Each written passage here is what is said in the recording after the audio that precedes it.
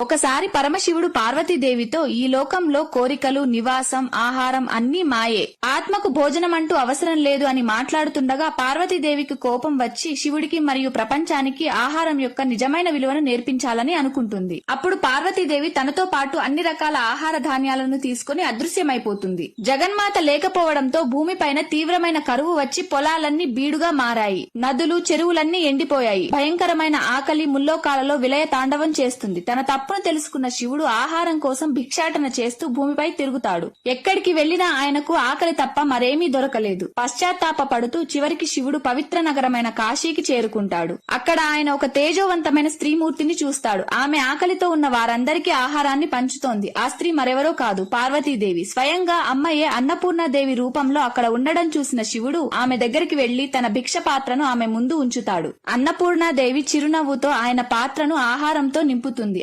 ఆహారాన్ని తినగానే శివుడి ఆకలి వెంటనే తీరుతుంది. అలా సమస్త విశ్వం యొక్క ఆకలి తీర్చడానికి అన్నపూర్ణాదేవి ఉద్భవించింది. అన్నపూర్ణాదేవి అవతారం గురించి నలుగురికి తెలిసేలా ఈ వీడియోని షేర్ చేయండి.